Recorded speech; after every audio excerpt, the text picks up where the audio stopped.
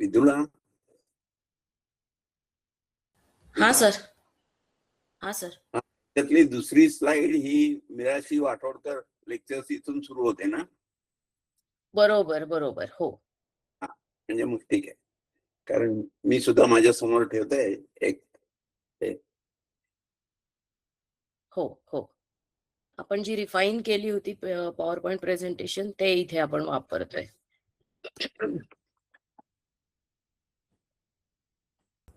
Sir, I think we can start. People will Sure. keep joining.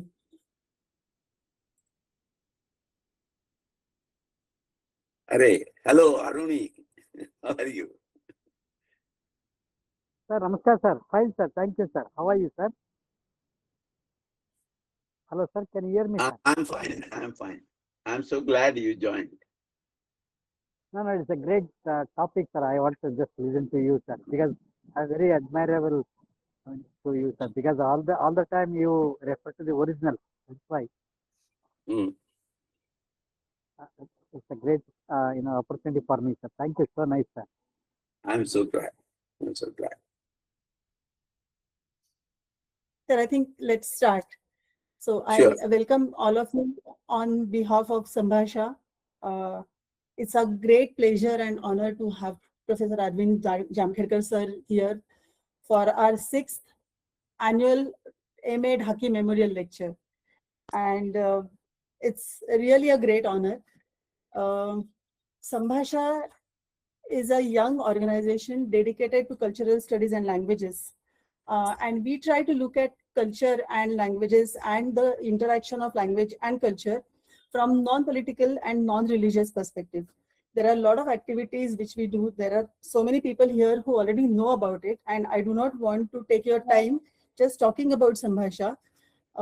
Please keep following us on social media, and you will know much more about Sambhasha. 31st July 2026 marks the 99th birth anniversary of the eminent scholar Professor M.A. Dhaky, whose pioneering work transformed the study of Indian temple architecture. Born in Porbandar, Gujarat, he completed his early education in his hometown before graduating in geology and chemistry from Fergusson College, Pune. His deep interest in India's structural heritage led him to establish the Archaeology Research Group in Porbandar in 1951, making the beginning of an extraordinary scholarly journey. Through his extensive writings, including books, research papers, and articles on temple architecture, Jain art, and literature, Professor Dhaky inspired generations of scholars to explore the regional diversity of India's architectural traditions. This memorial lecture is our humble tribute to his enduring legacy. I warmly welcome all of you and thank you for joining us in honoring the life and unparalleled contributions of Professor M.A. Dhaky. And now about our distinguished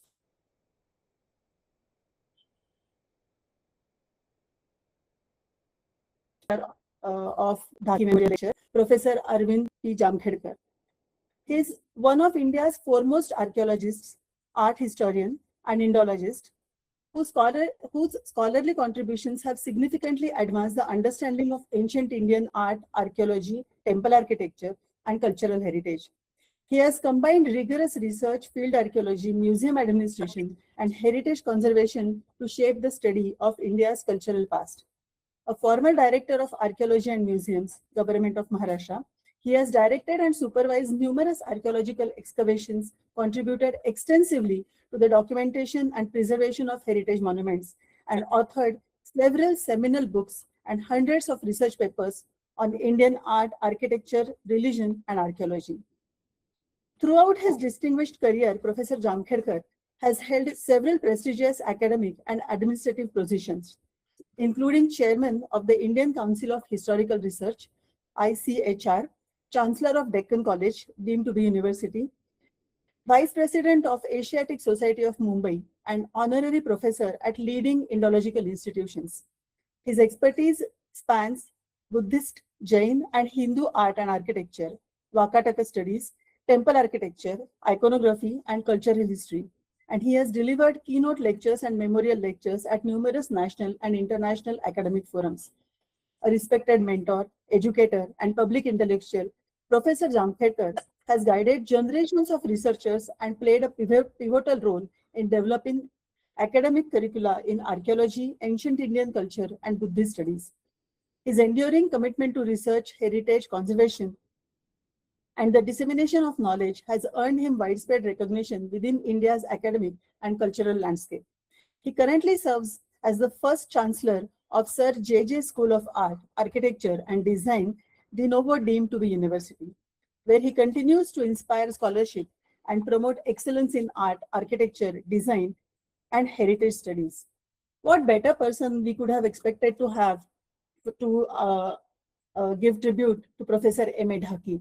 Having said that, sir, I welcome you once again. And without wasting everybody's time who is waiting to hear you, it's over to you, sir. Thank you so much. Thank you very much, Professor Chaitana Gosavi, and Sir, all I'm your not professor. Anyway, Srimati, I would say, which is equally respectable title, and your colleagues. I'm very much thankful to your organization to give me this opportunity to pay my tribute to Professor M.A. Dhaky, with whom I have been associated, you can say, right from the time of something like 1961, when I had just registered as a student for PhD in the Deccan College. His was a very different type of personality, like you can say his earlier qualifications, which were in geology. He took a lot of interest in ancient architecture and became one of the best authorities, meaning just to say something about like Vasudeswaran Agarwal or Stella Kramarish, or you can say Professor Krishnadev. So, and he worked with them and produced, you can say, all those volumes in collaboration with Professor Krishnadev, as also Michael Meister, who were the editors of those volumes produced by the American Institute of Indian Studies. I also am aware that, well, all the persons who have given this prestigious lecture include persons like Ratan Parimu, who has been not only a good friend, but also, you can say, a wonderful friend. So let us start. See, I chose this particular topic of the Vakataka art. Many times I call it the art beyond Ajanta, because it was a great landmark when in 1956, Professor Mirashi gave his lectures, Vathodkar lectures, at the Vidarbha Sanshadhan Mandal. It was, you can say, a point wherein all the research which was done by persons like Ferguson, then Bhaudaji Lad, and so many others who contributed to our understanding of the Ajanta caves, with which usually the Vakatakas were very rightly associated, we'll find that there were certain changes which were there. Say, for example, regarding the chronology, professors like Jaiswal, then Altekar, and also sometimes some South Indian scholars like Dabri and you can say Nilakanta Shastri, they have contributed a lot to the understanding of the Vakatakas. But then it was probably Professor Mirashi's contribution, and especially his reading of some of the very original inscriptions of the Vakatakas, two of which proved to be very seminal, and that is the inscription which was there in the Varahadeva's cave at Ajanta cave number 16, and the inscription of again Varahadeva at the Jinjala, you can say, fort. So these in a way were very decisive, and they decided a different course of the understanding of the Vakataka art.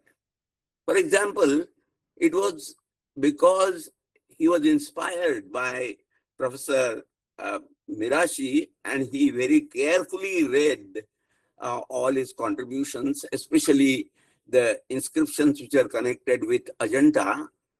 It was because of this, people earlier did not realize the importance of the understanding of these two inscriptions, because they were thinking about a chronology for agenda of something like 150 years or 200 years, because they thought that the Vakatakas finished their reign by about something like 400 AD, and after that, for about 200 years or 300 years, these caves were being done at least for 150 years. Many others also contributed to this from a different angle. Some scholars tried to study the inscription, the paintings, then some others, the architectural features such as the pillars and others, and they had come to a relative chronology, and which said that the earliest cave was cave number 16, and the latest was cave number 1, which followed the cave at the Jinjala fort. And this was a span of something like more than 100 years. But because of Professor Mirashi's very wonderful reading, it could be seen that the latest cave in this, you can say, relative chronology, and the earliest cave were by one and the same person. And therefore, how it can be 150 years? It has to be Khandalwala, who was exasperated because of this, you can say, new thing which was interpreted by Professor Spink. He said that there should be at least 60 years, because if the cave number 20 was started when Varahadeva was something like 20, he might have been something like 80 when he finished the caves at Jinjala. So the shorter chronology came, and there was a different understanding altogether. It is on this background that persons like me who were teaching at that time and studying the art, who were at Vidarbha, at the Nagpur University, we were taking up so many things under the leadership of Professor S.B. Dev, that we started studying the monuments at Ramtek and other places. Now, as I told you, next slide, the earlier slide, if you don't mind. So it was the sum total of Mirashi's work was that, well, the Trivikrama image and shrine at Ramtek, Shiva temple at Nachna Kutara, the Kankali Devi temple at Tigova, the narrative sculptures in Vinobaji's ashram, the caves of the later phase at Ajanta 16, 17, 19, and you can say at the most the cave number 21 to 26 and Gatotkacha cave. So this was the understanding at that time. So it is on this background that persons like me, Dr. Deglurkar, we are trying to understand the Vakataka art. Next one. Let us see very quickly. So this is the hill of Ramtek, which is again identified with a small poem by Kalidasa, that is Meghaduta, and Professor Mirashi's work was really very, very wonderful on this aspect also, because it was showing the contemporaneity of the monuments at this place with the Vakataka dynasty. Next one. Next one. Vidura. So this is that famous Trivikrama temple and that Trivikrama image. These were so inspiring and different in those times that Mr. A.R. Deshpande, that is poet Anil, he wrote a poem on this, as also the Varaha image which was found at the Udayagiri caves. Next one. Next one. This is the temple, the Kankali Devi temple at Tigova. This was again selected by him because the rulers of this area were the Samantas or the vassals of the Vakatakas. Next one. And now these are the sculptures which are found in by Vinobaji while he was preparing for building up of his ashram. So while digging there, he found those sculptures, and it was again Professor Mirashi who was able to, because of the box-headed character, label inscription, and other features, he said that these are of the Vakataka period. Of course, there is a controversy regarding that. Professor Spink, for example, thinks that these are not Vakatakas, but these are early Rashtrakuta. But I myself feel that these are Vakataka creations. Next one. Now, as I was trying to explain, Professor Walter Spink gave a completely new dimension in our understanding of the Vakataka art, especially that at Ajanta. But he said, he took a complete review of the Deccan art, and he, in his that famous big article from Ajanta to Ellora of March 1966, he took a review. And in that, he tried to understand, in the context of that, he tried to understand the Ajanta caves and the chronology at Ajanta. For example, he says that the caves at Ajanta, Yogeshwari, and others, they were of the Kalchuri period. Then the caves at Badami, then the Brahmanical caves at Ellora, then the Nipat Niranjan caves at Aurangabad, you can say, all those Buddhist caves. And they are to be understood, or from their point of view, he had a chronology set up for that, and in that he looked at the caves at Ajanta and put his what is called the famous shorter chronology, that well, Ajanta was probably the caves at Ajanta were carved out in a period of something like 20 years. He became more specific and said that probably not more than 20 years, 15 to 20 years within the period of Harishayana himself. Next one. Next one.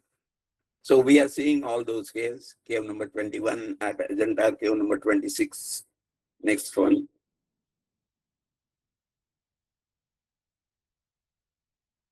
I won't go into the details. You see, Walter Spink saw also another thing, and that has been very helpful to me in my own understanding of the Vakataka art and architecture.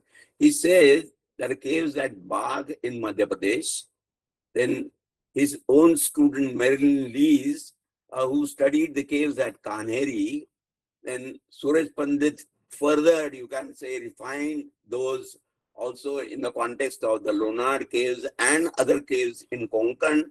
For example, the recent discoveries made near Lanza and other places by some young scholars. Then Shobhana Gokhale's inscription, you can say, discovery of the box-headed inscriptions at Kanheri itself. That clearly showed that the empire which was described in the inscription of Varahadeva about Sakuntalavanti Kalinga Kosala Trikuta Lata Andhra. So this was the expanse of the empire of Harishayana, which was the peak period of the Vakataka art, as we can see it. And that is what is exactly has been emphasized by Professor Spink also. He used to very fondly say that, well, the Gupta art, the classical art of India, started definitely in the north with 3 centers which were there at Sarnath, then Prayag and Mathura. But then its peak period was there at the time of Ajanta. By that time, probably the Guptas, their empire, as also their art, was giving more transformations. But the real flourishing of the classical art came in Ajanta itself. Next one. And I won't go again into the details of the shorter chronology, but those who are curious to understand, they can go through this particular chart which he has. He has studied each and every cave. And therefore, he says when that cave was started and when that cave came to an end. One of the most important contributions of Walter Spink, I'm mentioning only one, and that is that he said that the caves are like excavations which are done by the archaeologists on a mound. He says that naturally in the cave, the earliest portion naturally is the front portion, and the latest portion is the Garbhagriha. So when you go, the innermost point is the latest. And therefore, he has studied very carefully all the images which were set up in different caves at different times, probably, but within a given period. And he gives a chronology from that point of view. There are so many other factors. He shows the relationship between Bagh and the caves here. He emphasizes that, and he has built up his own theory regarding the, you can say, chronology of the Vakatakas themselves and the later Gupta kings, the Gupta kings who, the Vakataka kings who ruled after Harisena. It has got its own significance regarding his observations, such as the sculptures which include in the narrative, and therefore there are so many sculptures like that, and he has built up a very fine chronology on that basis. Next one.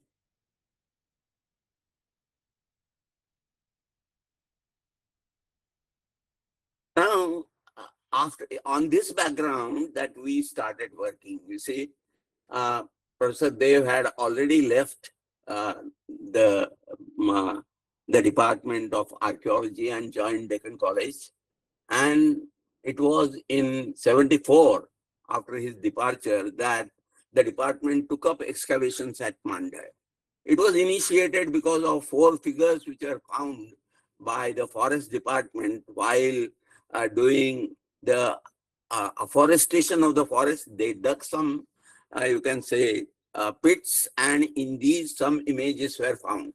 Those images had, curiously enough, had a resemblance, but it was not a complete imitation. There were certain distinctions which were there, differentiations which were there, which could be explained as regional, or you can say a different school altogether. But at that time, we never realized that we are discovering a completely new school and its origin and development and its culmination in the Ajanta art. The images were affiliated, as noted by me, with Satvata, Pashupata, and Shakta traditions. Satvata and Pashupata are important because all the kings of the Vakataka line, they are Parama Maheshwaras. So they are different. And 2 or 3 kings in this dynasty, they are Parama Bhagavatas.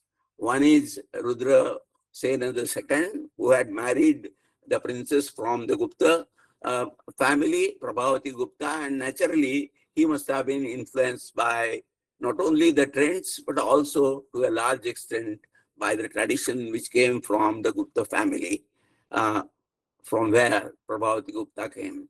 And then we found out in the excavations 3 shrines which are built in brick, which were quite early shrines. One of the shrines was very much similar on plan with the shrine which is cave number 19 at Sanchi.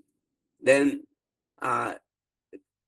comparable shrines with steps and linga in the sanctum, an oblong platform with the shrine. So all those features which were associated with early temple architecture, they were to be found there. So this was one of the main things that, well, Vakataka art was not simply, you can say, restricted to Ajanta, but in the that art was initiated and patronized by the kings of the Vatsagulma branch, whereas the Nandivardhana branch and the Pravarapura branch had, which was ruling in the eastern portions, they had their own, you can say, art, and that was definitely earlier than whatever was found at Ajanta. Next one. So these were the images which were earlier found. You see on Bhola Hudki. Bhola again means Mahadev. Hudki is a small hill or a hillock. And on these images were found. So these are called Maheshwara, Nandishwara, and Ganadhyaksha by Professor Bakar, who has written extensively on that. But we can say that these are connected with Shaivism. Next one. These were other images which are found in the excavations. Now we'll find that they were not simply Shaiva images, but as you will see, there is a very beautiful, you can say, image in the round, sculpture in the round, which is many times rare. But all these sculptures are in the round. We'll find that it is a beautiful depiction of Brahma.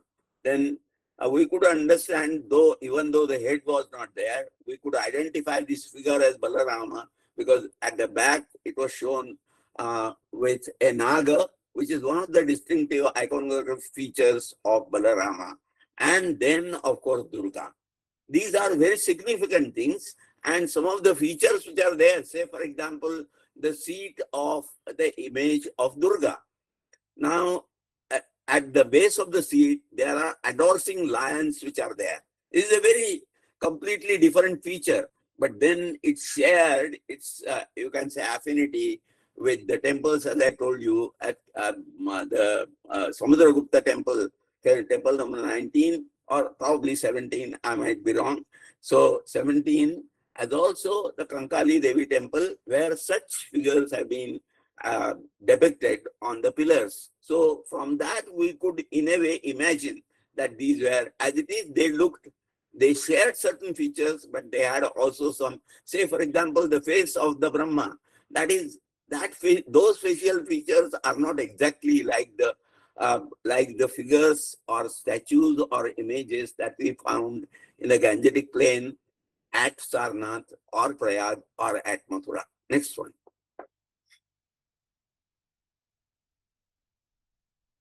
Now there was another thing, and it is after I took over, I had already built up a hypothesis that probably the temples, it was not only the Trivikrama temple, which was of the Vakataka origin. In fact, there is a Varaha Mandapa, but Professor Mirashi was of the opinion that, well, it must be the later than the Gupta period. So he didn't count it as a Vakataka creation. But as we found out, because of the pillars and other features of the Mandapa, as also some of the architectural, you can say, elements which are found during conservation, we could make out that these were definitely of the Vakataka period. So there is something like a Kevala Narasimha temple. There was an inscription which was found, and it was done after Prabhavati Gupta, and therefore the shrine is called, the Narasimha shrine is called Prabhavati Swamin.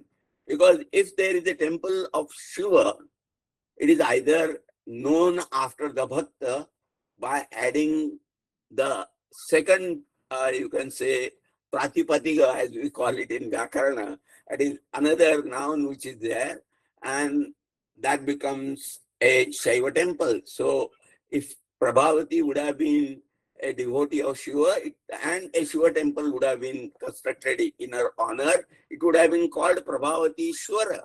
But this is Prabhavati Swamin because it is a Vaishnava temple.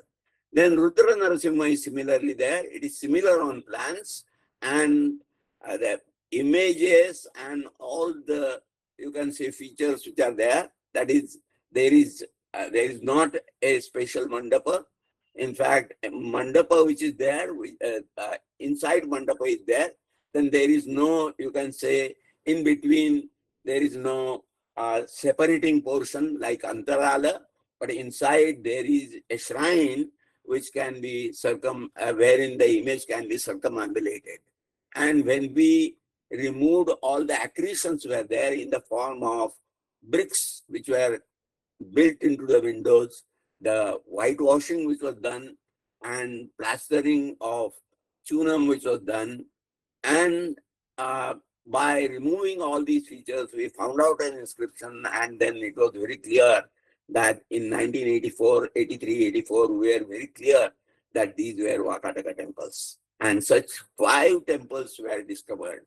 So it was not only Kevala Narasimha, it is Rudra Narasimha, then Varaha was also of the same period. Then there is a temple called Bhogarama, which has been renovated by the Mahanubhavas, but all the features which are there, as the dado of the Ganas, then this, the lotus medallions on the ceiling, small label inscriptions which are there in the Narasimha temple.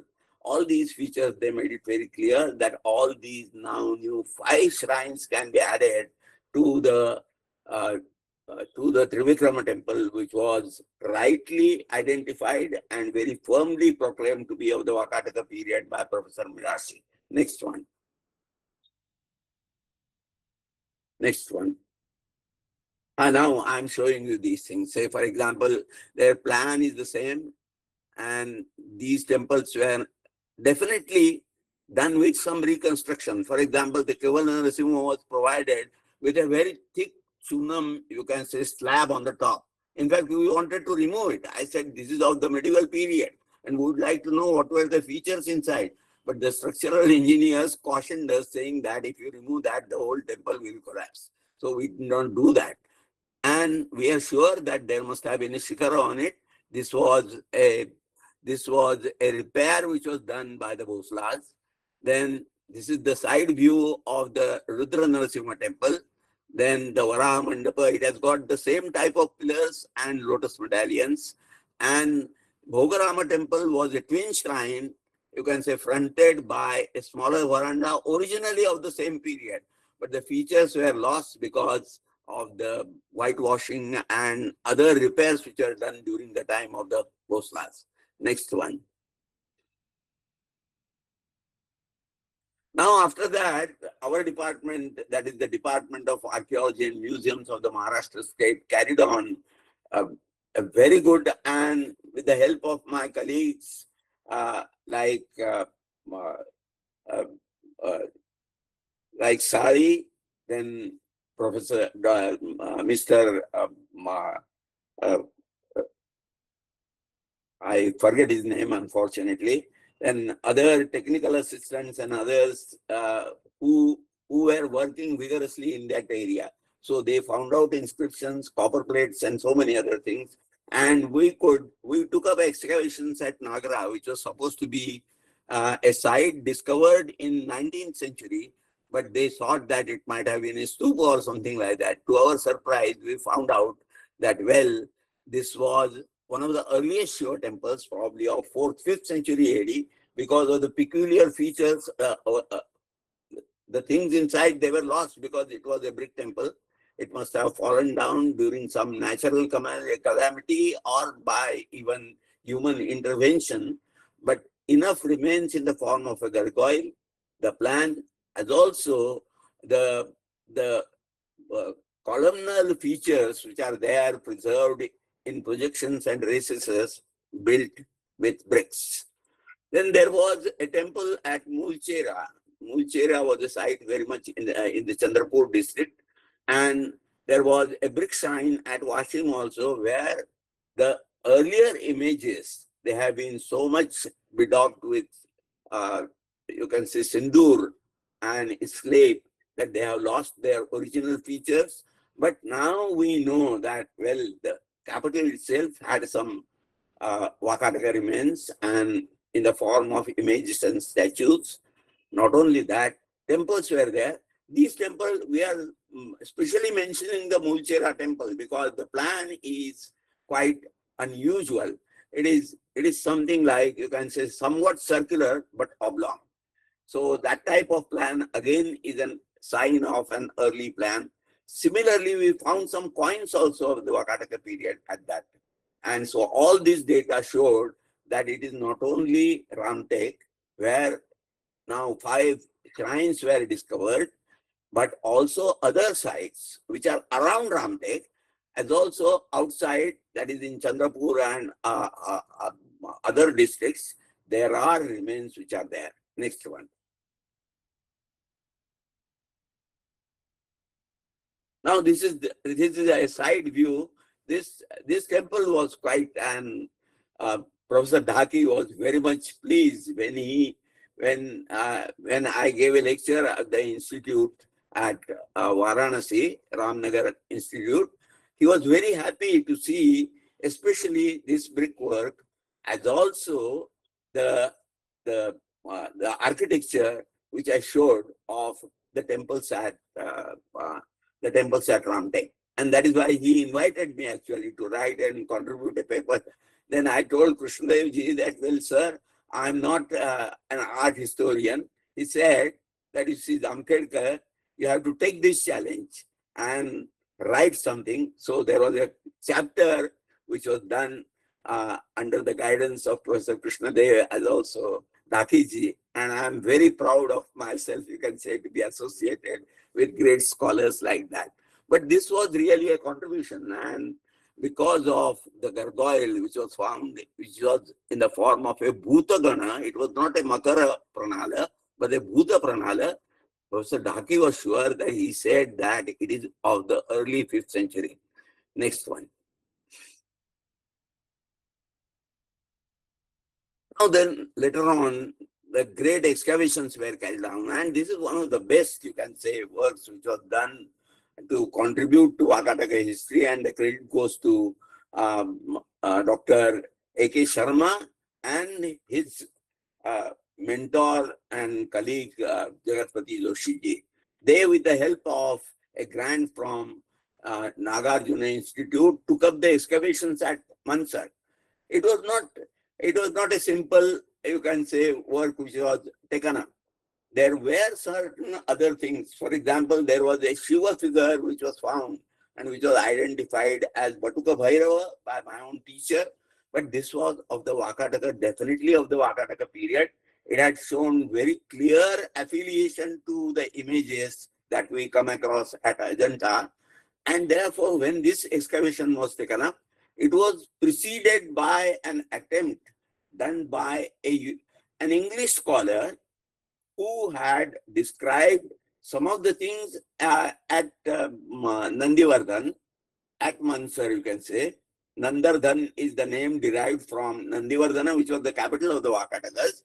And I can say that this was one of the best excavations, giving us a complete, you can say, proof that the capital was here. Then it was called Pravarapura.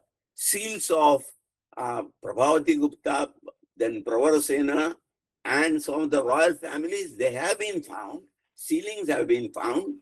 Then there are references to Pravareshwara, that is the temple probably which was excavated by these scholars.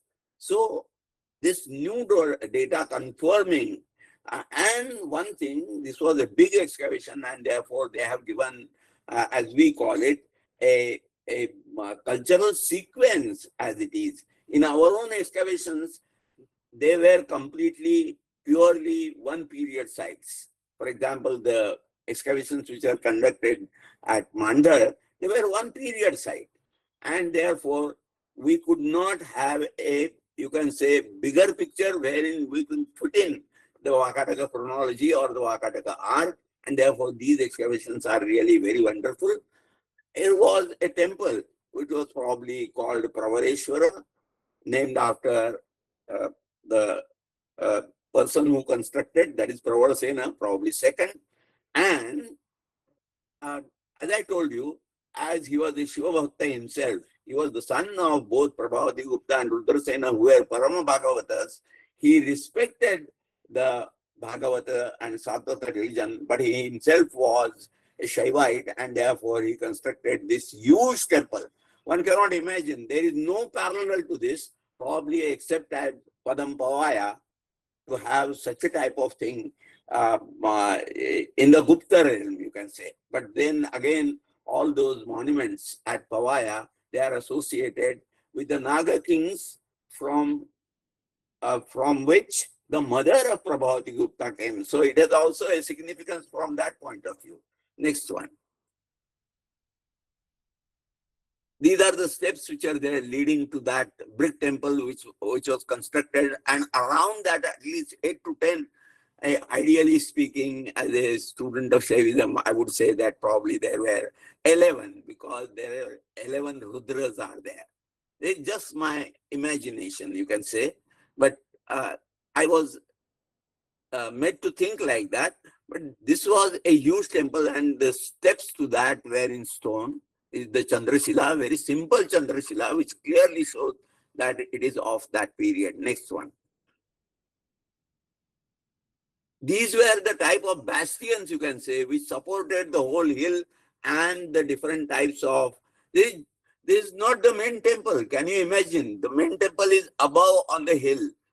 But in order to make it very sure, that is the main temple, as also the shrines which surrounded, 8 or 10 shrines, and according to me, there might have been probably 11. So this type of thing is there. There is another feature which I am trying to show. And these squinch arches very clearly show that probably as it is known from the Gupta temple at Bhitargaon, that the Gupta artists who worked in brick knew about the principle of arch. And that is very much, you can say, exhibited here. The bricks are of that period. This is not please remember, this is not a medieval shrine or medieval structure. It is a Vakataka structure. Next one. This is the site of Mansar. You see, one of the, you can say, ends, the lake is there. And Mansar, if I reconstruct as an Indologist, it is Mani Saras.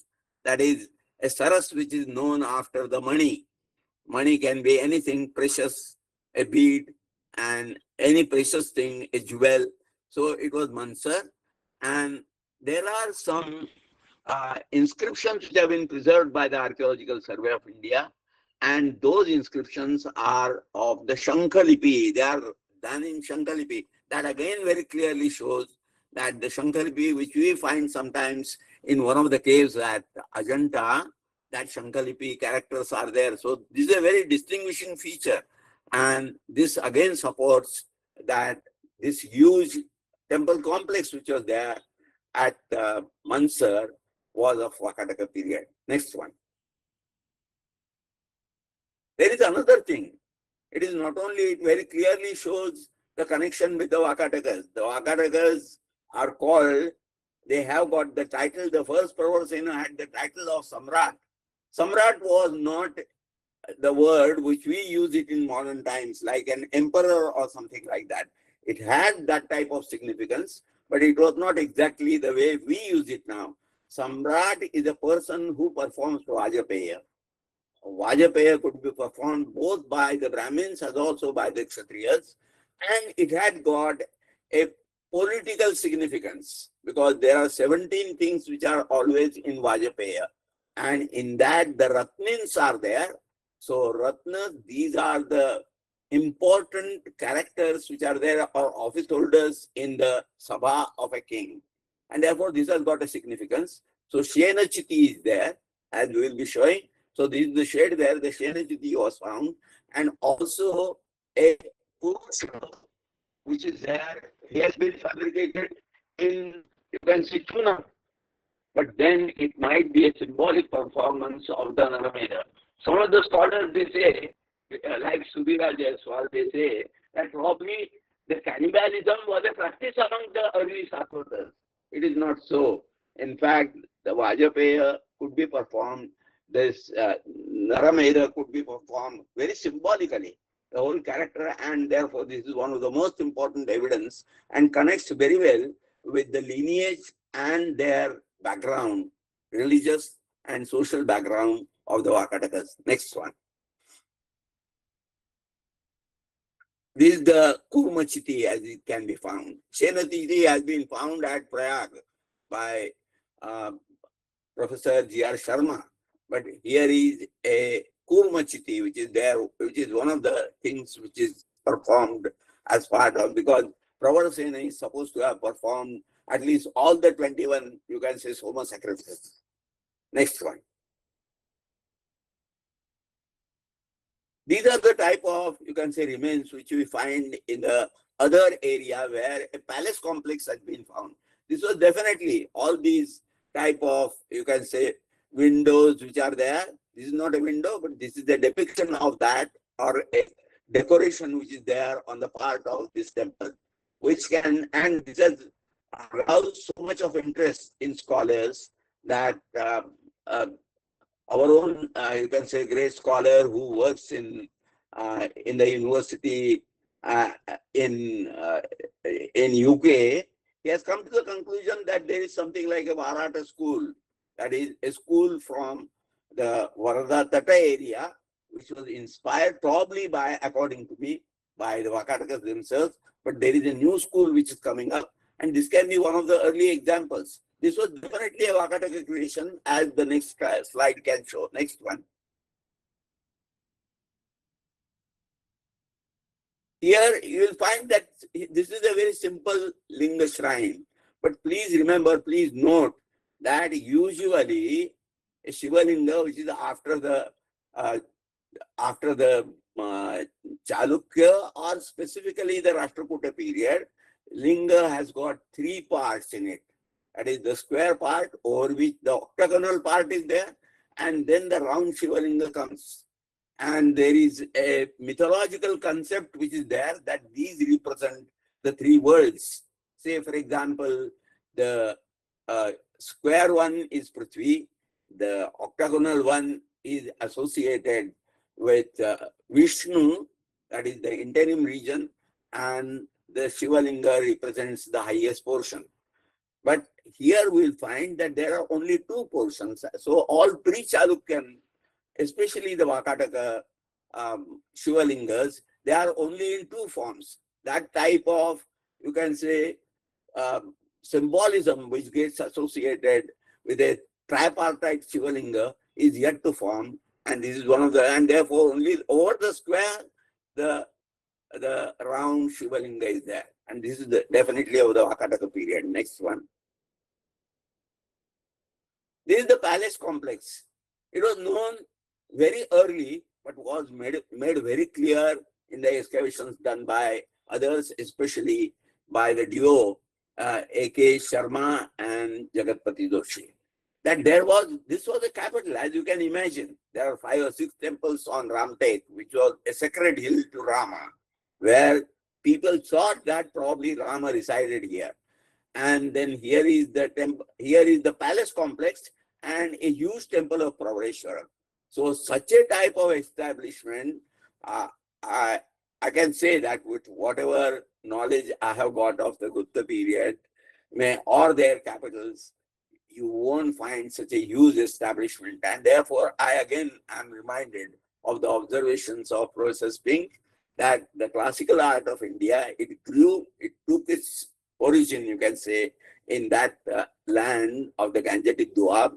It simultaneously was working here, as evidenced by the early evidences from the Mandal excavations, but then it flowered into a great empire. So there is no wonder that when Harishena said that, well, he was the sovereign, and under whom the vessels from the Arabian Sea to the you can say Sea of Bengal, all that province in the Deccan was ruled, or you can say it was under his sovereign power. Next one is again some of the details, and there again you will be reminded that the type of the walls which are there, or the foundation Jagati as it can be called, that is the foundation part of any structure, is very much similar to what we had seen at Nagra. Next one is again another view of the same from a different side, from the palace, you can say, main complex proper. Next one. These are some of the, you can say, in the palace complex, there are, you can say, big mansions or something like that, or shrines also, as we had seen earlier. But the impressiveness and the massiveness of the complex is understood when you see all these things. Next one. And this is how now the chronology comes up. I slightly, you can say, differ from Professor Spink. He thinks that, well, it ended with the end of the successor of Harishena, which was, he puts it in something like 478 AD. And after that, there was a successor. So he gives the intrusive, you can say, images and all those things for another 10 or 12 years. But with the finds which are there, which I'll be showing afterwards again, it will be very clear that the creativeness of the Vakataka kingdom or the kings did not end with Harishena. It continued. It continued with its successors.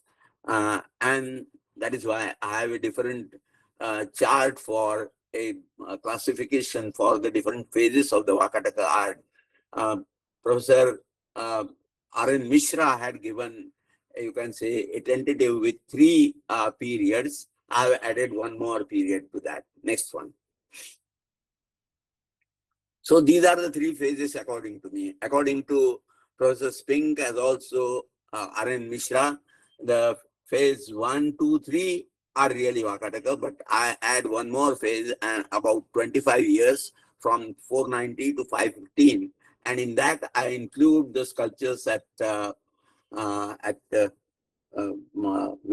ashram at Paunar and some other, you can say, monuments which are there. Next one. So these are the sculptures you can make out. I won't go into the details, but you can make out how many of these images are in dwarf shape, even if they are of bigger divinities. So this is another distinction which is there for the Vakataka art. To the left, you see the figure of Balarama, which I have seen. I had shown you the back portion.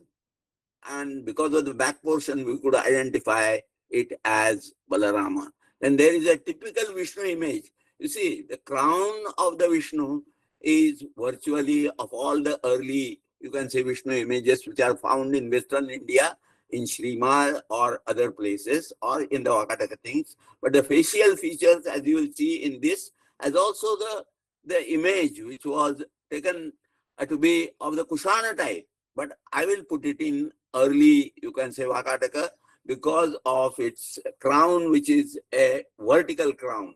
And all these figures, as you can make out, they are of the early period. So they have dated them to something like 350 to 400.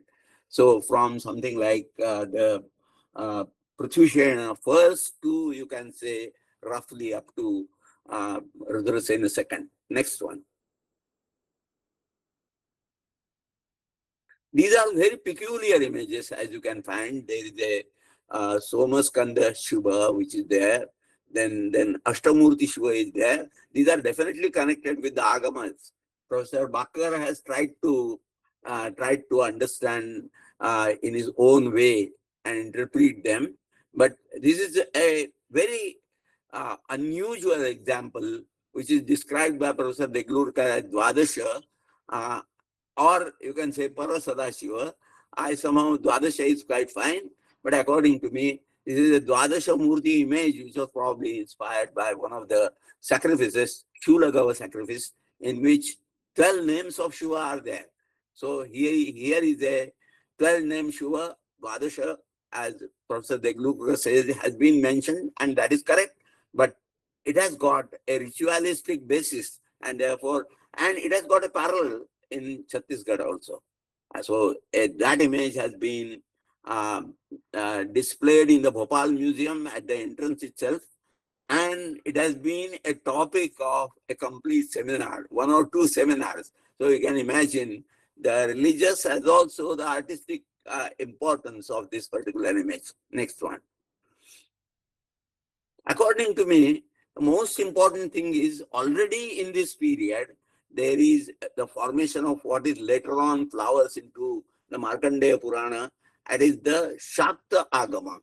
So besides the Shaiva and the Shaiva Pashupata and Bhagavata, these are the 2 important agamas which are known from the early period, that is the classical period.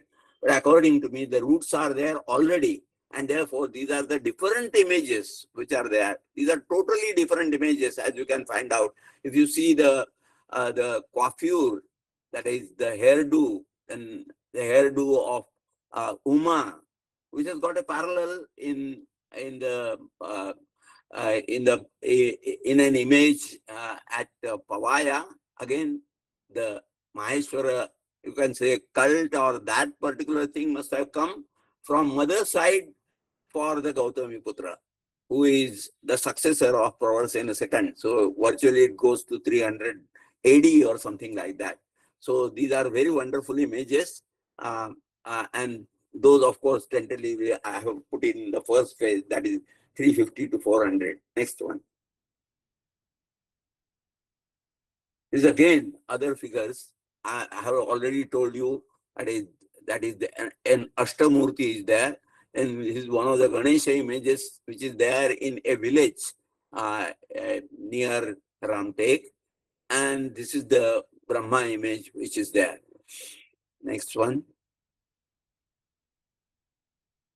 These are the images you can say of meaning roughly starting from Rudrasena II or Prabhavati Gupta and Pravarasena himself and his sister, who must have been along with whom he must have. That is the image, this Gupta Rama temple image is definitely a Vishnu image and one of the best specimens of the classical art from the Gupta Vakataka period. Then these Ganas which are there near the door frame, they actually reminded me of the Ganas which are there in Ajanta, and I started my inquiry because of these two Ganas, you can say. That well, and ultimately I came to the conclusion that these are pre-Ajantan, that is the pre-Harishena period. These are specimens, and therefore I have put them into something like 400 to 440 CE, because Harishena comes in power after 460. Next one. These are of that period, you can say. There is a you can say head of Vetala, or you can say it can be, then this is a beautiful head of a deity, probably Vishnu, and the dado figures. These actually, you can say, prompted me to propose that these are of Vakataka period. Similarly, the decoration of a Makara which is there in the Bhogarama temple, that very clearly showed. And this is the Makara Pranala which I said was found at Nagara. So Bhuta Pranala. So it is a Bhuta Pranala, and on that basis, Professor Dhaky told me that this is definitely of early 5th century AD. Next one. These are the images which have been found at, say, for example, this Buddha image. It is a stray image, but it was found at Paunar. And a head has been provided. Earlier there was no head. It has been reconstructed. But the type of, you can say, signs which are there on the hand, the way he is holding the garment, and the garment, depiction of garment itself with different. So it is purely of the Gupta period, and similarities can be found at Mathura itself. These are other images which have been found, and that is at Vinjasan. That was again of a slightly later period, but I'm including it because of the Buddhist affiliation. Next one.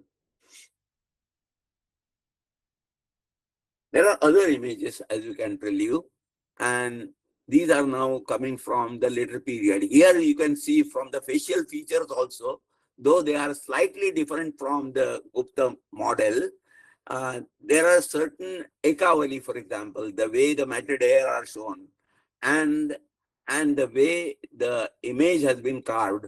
So we'll find these are of the later period. These are some of the Pratihari figures and the Shiva Kapardin, which have been found at Mansar. And that was definitely of the period which was coeval with Ajanta. So some of the features are very similar. I will show you. If you see the Shiva figure also, which is there by the side of Shiva Kapardin, that is the meaning I am showing the detail of it. Next one. Now, these are definitely, this is that Batuka Bhairava, so-called Batuka Bhairava. It is not a Batuka Bhairava. It has been identified as Rasva by Dr. Shivarama Murthy, a great authority on that. And if you see these two ganas, one seated in a very peculiar, you can say Maharaja Leelasana, and the other sitting, but at the same time looking at very with all anger to you, then that Kinnara which is there, all these definitely show affinity with the Ajantan art, and therefore I have classified them into the period 440 to 490. Next one. These are some of the beautiful figures which are there from, again, Mansar, Ramtek and Patur. I'm showing them especially because of this Uma, for example. This was probably in a cave at Patur. We could confirm it. So this has been preserved in the Central Museum, Nagpur. This figure of Mahishasura Mardini, again the third figure which is there in the Nagpur Museum. So all these are of that period. And that cave was definitely, the cave at Patur from where this image is, was definitely probably definitely patronized by Devasena, father of Harishena. And in a way, in my observation, with my observation, Professor Spink also concurred when he visited the site. Next one.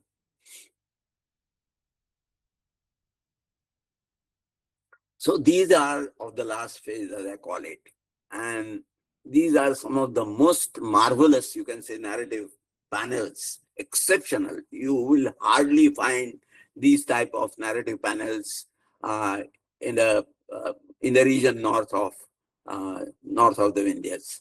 So here is this is one of the best, you can say, Kamsa Darshana scenes.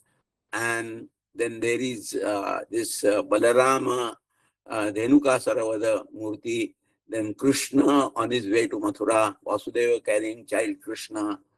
And of course, Professor Mirashi and some other scholars differ with me regarding other things, but Professor Mirashi agreed regarding and he accepted that whatever his identification was not very clear at that time, but it becomes clear when I explained the whole thing. So these can be either, these three remaining can be interpreted both as scenes from Harivamsha and Ramayana, but these two are definitely from Harivamsha. So this is one of the best. And when Carmel Bergson, one of the sculptors and who got Padma Shri because of her work on Elephanta and especially sculpture in India, she agreed with me. Actually, I met her on the site along with Professor Deglurkar. At that time, both of us were lecturers. And when I explained to her, she was very happy. And she said that, well, your observation is correct. These are definitely of the Vakataka period. Next one. This is one of the best, you can say figures of this period. There is a label inscription, Ganga Bhagavati, and therefore identifies the figure as Ganga. So there must have been another Yamuna also. But this is beyond, you can say, description. The diaphanous garment, then the hairdo, then the type of ornaments, the ikavali, and the hara which is there lying on her breast. All these are very typical. Here you will find that the figures become slightly, you can say, slender, and they look therefore very tall or something like that. But this again is of the same period as I showed you, the same group of sculptures, narrative sculptures which are there, and one of the best chapters in the Vakataka, you can say, art. Next one. Unfortunately, you see that this was the first image which was found. To the right, which you are seeing, was Bharat Bhet, and rightly, you can say, identified by Professor Mirashi conquered by even Vinobaji. When we explained that it was Kamsadarshana, he was very happy to say, he said that, well, you are correct. This is Kamsadarshana, the earlier one. And unfortunately, Professor Mirashi, he noted this, but could not understand because of the Sindur lap which is there on that this was the main image in that temple. And this is the Narayana, as it is called, Shesha Narayana. I don't call him Shesha Shai Vishnu, because Vishnu is one of the incarnations of Narayana in the Bhagavata tradition. He is Trivikrama Vishnu, whereas Narayana is always Shesha Shai, and he is the supreme god, a representation or one of the forms of the Paravasudeva, and that is Aniruddha. Aniruddha appears in the forms of Narayana. Next one. So we'll find that, well, now we are, I think I would prefer not to talk on this because this will be again another subject itself. And I think we are virtually crossed the time limit. So I will stop here. Thank again the organizers and pay my tribute to Professor M.A. Dhaky, who has been a personality, who has inspired persons like me, Dr. K.L. Mankodi, and so many others. Thank you very much. Thank you so much, sir. I don't Am I know, audible? but if someone wants to ask any questions, I am ready. But they might have got tired by this time listening to me. And therefore, it is up to the organizers whether the questions can be allowed or not. Yes, sir. Questions are absolutely allowed, as you have mentioned. And if you have any questions, please go ahead, unmute yourself and ask your question.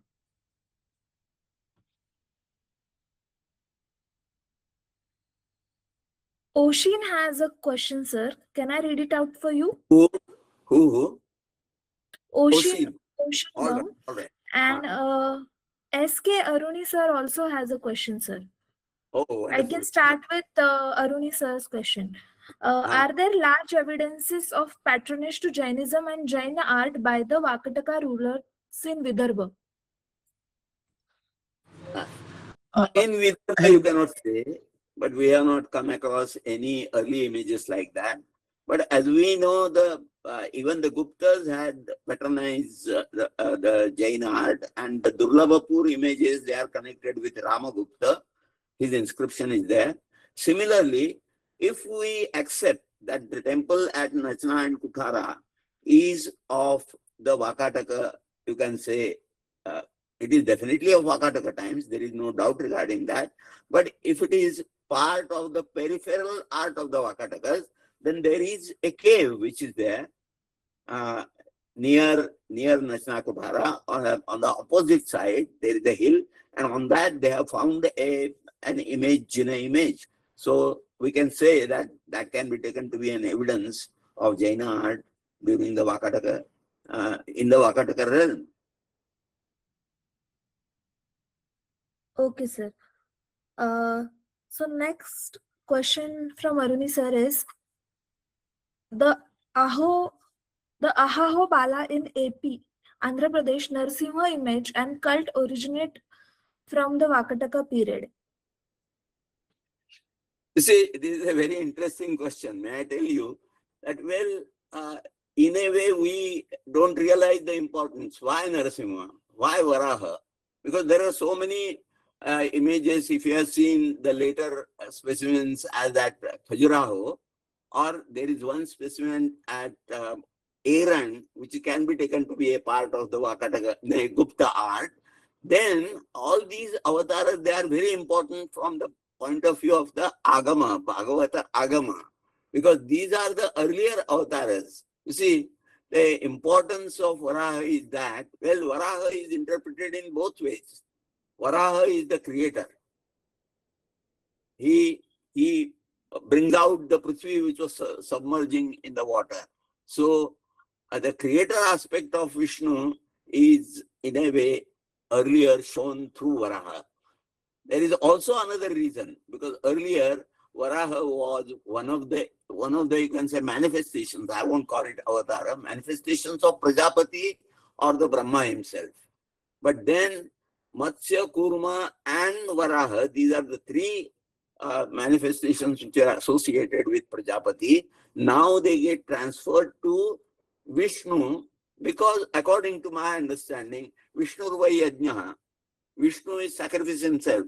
So sacrifice, Yajna, Purusha, these are the creators of the world. The Purusha in the Purusha Sutta. So, and these have all got influence on the development of the Satvata religion. There is a very good thesis by Nandita Krishna on Vishnu, and she has tried to explain this aspect of that. So it is very clear.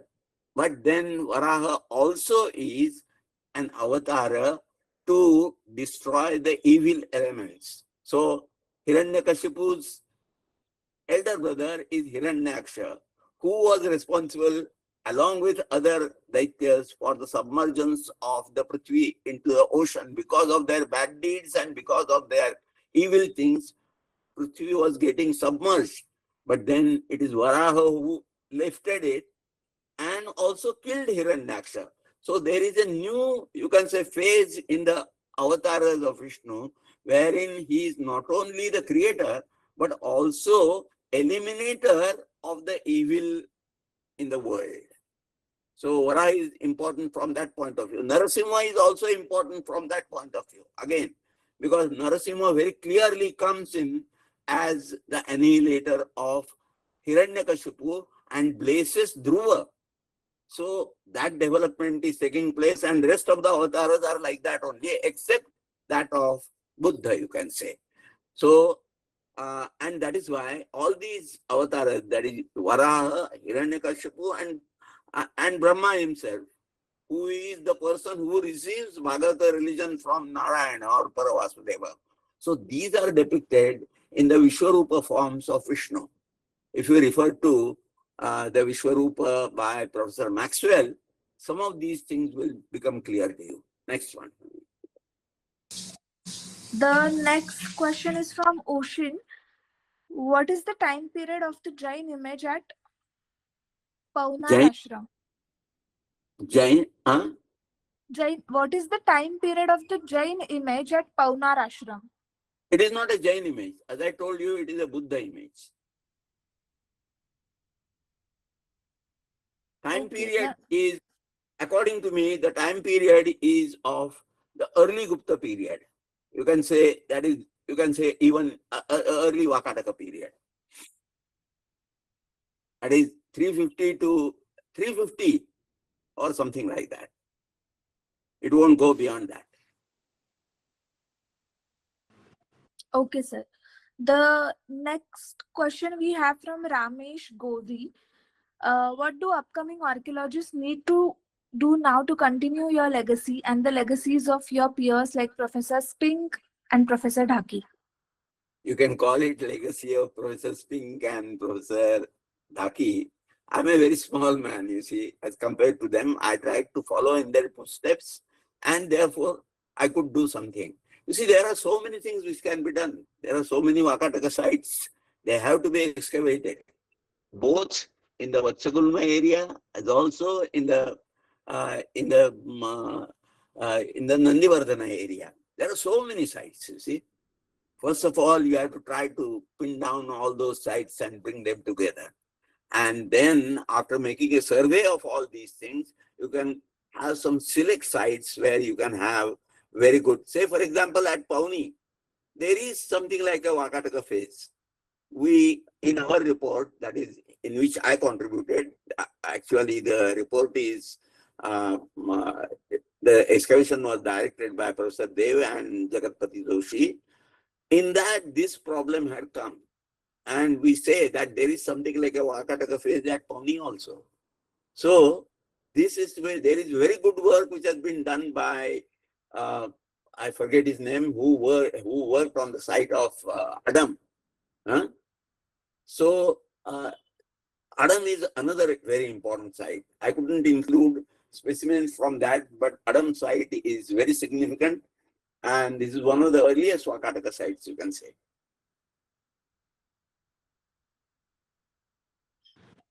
Okay, sir.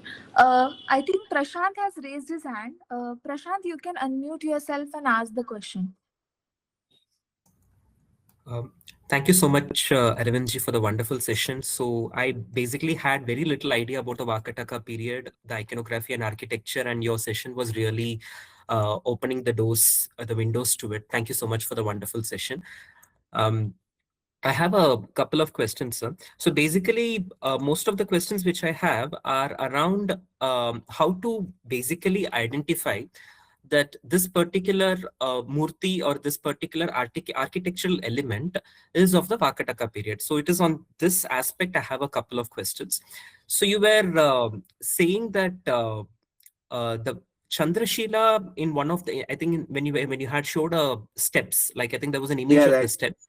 So how do you identify that this Chandrashila is specifically of the Vakataka period? So is it the simplicity of it or any other element of it due to which you identify that? You see, if you try to know about Chandrashilas, no? If you go to Sri Lanka, for example, there are certain different conventions which are there in the Buddhist tradition regarding Chandrashila. Oh, okay. Wherein different types of animals and others have been shown. But those might be of, you can say, 6th, 7th century or something like that.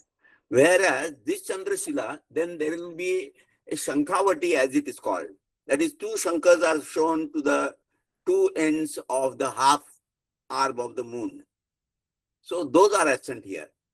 And that is why I said, because of the simplicity, probably it is an earlier one. Okay, okay. Thank you, sir. And then I think when you were mentioning about, I think the Vishnu Murti, I guess you had shown an image of that and you were, I mean, I could not grasp it completely. So that's why I thought I could ask you. You were saying that they possibly look like Kushana Murtis, but they are Kushana era Murtis, but they are not because of the shape of the Kirita or something like that. Can you please explain on that, sir? Like how exactly you make the You've seen some differentiation? of the paintings at Ajanta? No, sir, I don't have much of In an which, exposure. in which there is a depiction of Indra. Okay. So one of the earliest, you see, we find the crown, what is called Kirita Mukuta, which is associated with Vishnu, which is, you see, there are different, you can say, types and subtypes of it. True. The type of image which I had shown you was something like a patta, as it is called, which is given to a prince, to a queen. And the word pattakila, for example, in Sanskrit, from pattakila, that is even a person who is a headman of a village used to have a patta, a very simple band with one crown or something like that. So there are three crowns which are there on the three parts of a Kirita Mukuta. So this is the typical Mukuta, which is inspired probably by the Persian way one had a crown. Earlier than that, there was a round Mukuta which was there and something like a tubular round Mukuta. You see, the type of Mukuta which is there on the head of Vithala. So that type of course, this is conical in the case of Vithala, slightly conical. But there is a round Mukuta, and this type of Mukuta is found even in Southeast Asian countries. And in Chenla period, in you can say it is not Cambodia, Thailand, there is a beautiful Vishnu image which has got this type of crown. So this is an earlier crown, and early in the images are shown endowed with that. Okay, thank you, sir. Thank you so much. Just one final question, sir. Again, I think regarding, you were mentioning something about Bhuta Pranalas. And were you saying that the presence of a Bhuta Pranala in a temple is a characteristic of it being in the Vakataka or earlier period? I mean, does it signify that, or did I get you wrong? Just wanted to clarify that. No. You see, usually nowadays, for example, you have got a Go Pranala, Go Mukha Pranala. Usually when the Shivalinga is there inside, usually you will find a Go Mukha, either a bull or a cow, because that is sacred to Shiva. Earlier than that, there was a Makara Pranala. Makara Right. Pranala was in the form of a Makara. You find it in so many temples. But then before that, in the earlier phase, it was Bhuta Pranala. That is the face of a demon. And this is one of the earlier depictions. If you would have seen carefully, I could not show it the complete image. The Bhuta, actually, from his mouth is coming out the waters which had immersed the Shivalinga. So it is the sacred water which is coming in. In that is, you can say, in other words, it is Ganga. And that Bhuta is taking out a fish from that and trying to eat it. So Okay, this is a very interesting. unique. There is another representation of Bhuta Pranala in one of the temples in not Nashanapura, but there is another temple complex, Bhumra. In fact, my own contention is that the Bhumra temple is exactly a copy of that, or in other words, the temple at Natra is a prototype of the temple at Bhumra, which is of a slightly later period, late Gupta period, you can say. Okay, thank you, sir. And so again, the Ganga Murti that you were showing, I think there was one image, a very slender Murti of Ganga that you had shown from the Vakataka period. Right. How are we identifying? So I could not make out a Makara there. Is there some other feature based on which we are identifying that Murti as There is a Ganga? Makara. I did not show Oh, there you is a the Makara. figure. There is a Makara, and on the same, by the side of the leg of the image is Ganga Bhagavati. A label inscription in box-headed characters. Box-headed characters are used by the Vakataka. Okay. Interesting, sir. Thank you so much, sir, for patiently explaining it. Any further reading material about the Vakataka period iconography and architecture, if you can recommend, that would be really great for people outside academics like me, sir. I would request you that. You see, unfortunately, I still want to write a book on Vakataka. There is inscriptions and also there are. I've written several papers about, say, you can say something like 20 papers I've written on Vakataka art. And you can say there are so many other scholars who have contributed. And I can say Shekhar Gupta is there, then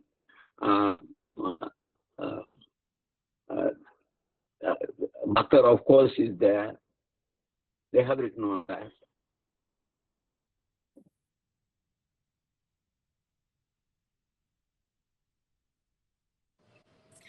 Sure, sir. I will refer them. Thank you so much, sir. In fact, there is a view on the Gupta period wherein I had contributed an article on the Vishnu image of the Vakataka period. So there is a volume which is edited by Ratan Parimu and his colleagues. Okay, that's great, sir. I'll have a look at them. Thank you so And much for. similarly, you can have some look at, of course, Elephanta is earlier than the Vakataka period. It is all the time of the Kalchuris. No, sorry, later, 550. And on that, there is some work which has been done. So it should also help you. And best thing I would tell you, first of all, read the article by, it is actually a small volume by Professor Spink, and that is from Ajanta to Ellora. Sorry, sir, the book by Percy Brown. What did you say? Professor Spink. From Ajanta to Ellora. Okay. Got it. Thank you. Yes. Sir, we have two more questions. Those would be the last questions we would be taking for the evening. One is from Diksha Gurak about the Shivalinga that was shown before the fort. Can you talk about the evolution of Shivalinga till Vakataka period? See, there is a very good volume which was presented to Stella Kramrisch, and it is on Shiva itself. So you should read that volume, wherein so many scholars they have contributed on. Then there is another significant thing which is done by, if I remember it correctly, by my friend A. Sundaram, who has worked on that. But this particular, then Vasudeva Sharan Agarwal's article is there on based on the description of the Eduka, as it is called, Eduka or Eduka. Eduka is virtually something like a funerary monument like stupa. That was the earlier name. It has been referred to in the Shatapada Brahmana. So an Eduka and its symbolism has been explained in Vishnu Dharmottara Purana, and its exposition has been done by Vasudeva Sharan Agarwal.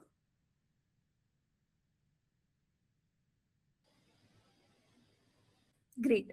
The last question of the evening we have from Duvan. Could you please repeat the work you mentioned about the Narayan/Vishnu distinction and its historical development? You see, if you read the Naranarayaniya section of the Mahabharata, there Vishnu is one of the avatars of Narayana.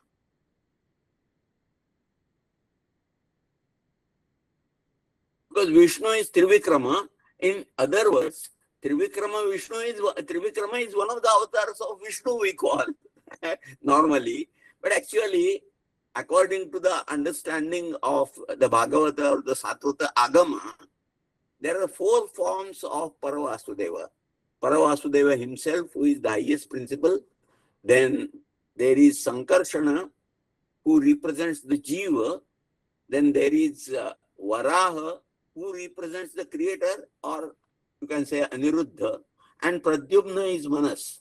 So this has been conceived, and the terminology is there to explain the creation of the world on lines of the Sankhya philosophy.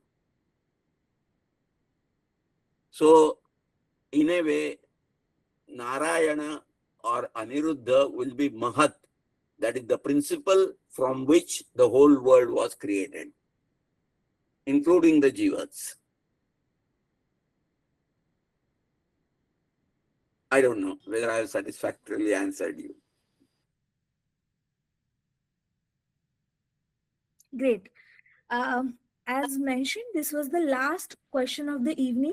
But if you have any question, don't you worry about it. You can always write us on our email ID, and we can always connect you to Jamkhedkar sir. It would be our pleasure to bridge this gap. And with this, I would like to thank Professor Arvind Jamkhedkar on behalf of Sambhasha Foundation for delivering such an insightful lecture and helping us commemorate the birth anniversary of eminent scholar Professor M.A. Dhaky. Sir, your reflection have definitely deepened our understanding of Vakataka art beyond Ajanta and popular monuments. So thank you so much for that. Before we go ahead, I sincerely want to thank Dr. Shrikant Ganvir for his constant support and guidance in making this memorial lecture possible. And special thanks to Dr. Vidula for coordinating on behalf of Jamkhedkar sir at times and ensuring that this event goes smoothly. I am grateful to all the participants as always for taking the time and join us today and be so enthusiastic with their questions and listening and getting all the meaningful conversations happening. And finally, the very heartfelt appreciation for Team Sambhasha for their dedication, hard work, and organizing for this entire program so successfully. Thank you so much, everybody, for joining in. And we will be waiting for your participation in our upcoming courses also. Yes, sir, please go ahead. No, thank you very much. Nothing else. Thank you, sir. Thank you. Before all of us are taking the leave, I would like to tell you we are going to start our iconography course from 3rd of August. We do have really eminent scholars teaching in that course also. So if you are planning to get deeper knowledge into these courses, please go ahead and register yourself. Goel sir, yes, please unmute yourself. Hello, namaste, ma'am. Thank you so much, ma'am and sir, for conducting this lecture. Very nice session it was. Ma'am मैं आपसे एक request करना चाहूंगा, मतलब बहुत अच्छा लगा ये सब, लेकिन एक रिक्वेस्ट है मैम कि जो आप समय समय पर ये लेक्चर्स अरेंज करते हैं वो बहुत अच्छी बात है, लेकिन अगर मैम ये हिंदी में हो पाए तो ज्यादा कनेक्ट हो पाएगा। मैंने आपका कमेंट मैंने पढ़ लिया है और हम जी। डेफिनेटली ट्राई करेंगे कि इस पूरे नॉलेज को हम मल्टीलिंगुअल बनाए। एक्सेस ये हमारा एक बहुत बड़ा एजेंडा है, तो हम डेफिनेटली ट्राई करेंगे कि इसको हिंदी में, मराठी में, मल्टीलिंगुअल फॉर्मेट में आपको प्रेजेंट करें। Thank you so ji, much for the ji. suggestion. Thank you ji. so much everybody for joining in. We can conclude today's session and we'll meet you in different other courses of Sambhasha. Thank you so much and good night. Thank you so much, sir. I mean, this Good is night. on behalf of See Sambhasha you as well as sometime in person. personally. Yes, I will see you sometime in Deccan College. Thank you so much. Yes, sir.